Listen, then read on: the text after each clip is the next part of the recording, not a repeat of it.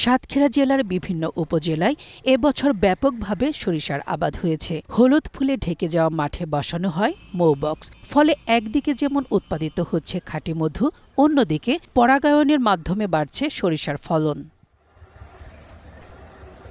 সাতক্ষীরা জেলার চলতি মৌসুমে ১৯,১৬২ হেক্টর জমিতে সরিষা চাষ করা হয়েছে। এবার মাঠ থেকে ৭৫ মেট্রিক টন মধু উৎপাদনের লক্ষ্যমাত্রা নির্ধারণ করা হয়েছে।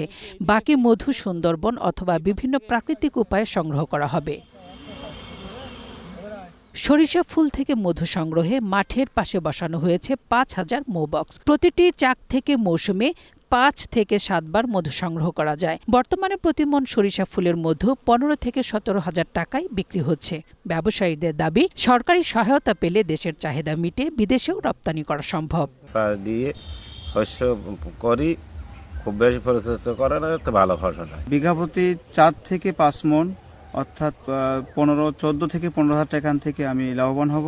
৭টি উপজেলার মধ্যে সবচেয়ে বেশি সরিষা মধু চাষ হয়েছে তালা, কলারোয়া ও দেভাটা উপজেলায়। আবহাওয়া অনুকূলে থাকায় এবার লক্ষ্যমাত্রা ছাড়িয়ে যাবে বলে আশা করছে সাতক্ষীরা জেলা কৃষি সম্প্রসারণ অধিদপ্তর। এবছর সরিষার ফলন অনেক ভালো।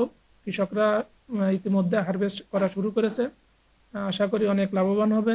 এবং সরিষার পাশাপাশি বিভিন্ন জায়গায় মৌচাষিরা মৌ চাষ করেও অনেক লাভবান হচ্ছে।